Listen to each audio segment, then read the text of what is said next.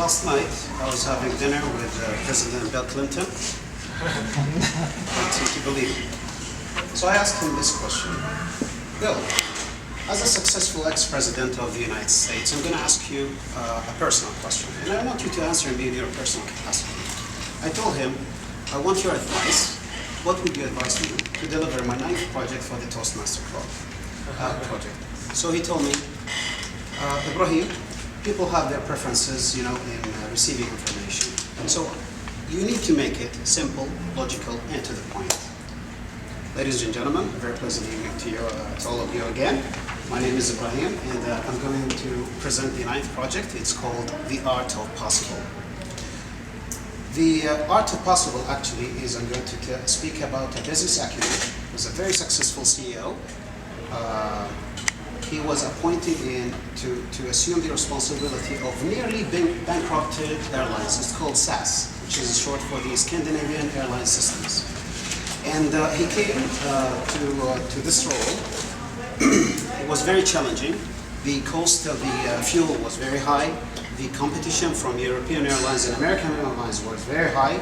And he wanted to succeed with the company, deliver a strategy to be understood by 20,000 employees. Just imagine the kind of challenge. Yeah, I'm sure no one would like to be in his shoes to run this kind of company. I was promised not to see the notes, but I'm just fixing the paper.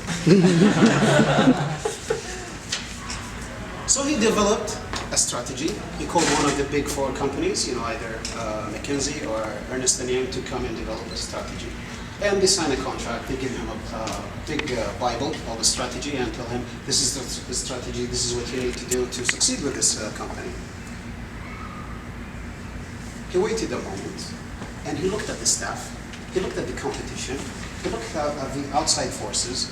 So he decided to return the whole Bible to the consultant again and ask him, he told the consultant literally, I need a strategy of 1 page with a cartoon drawings that can be understood by flight line technicians, by receptionists, by a call center agent.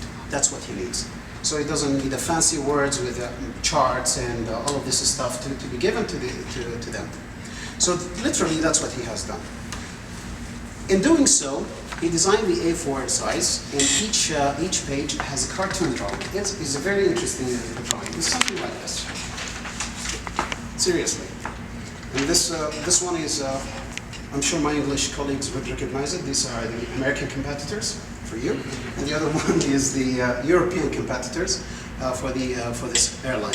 So this is what he wanted to tell his staff about the kind of competition, because the Americans, they have this punctuality of airline, and the European one, they have the luxury, cost-efficient airlines. So he couldn't compete.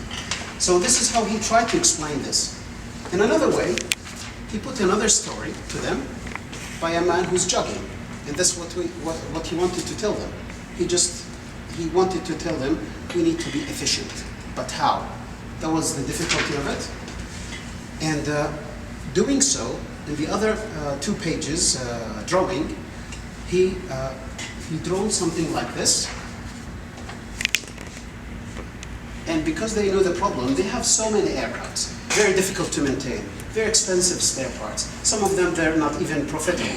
Some of them designed for tourists, which is, again, not profitable.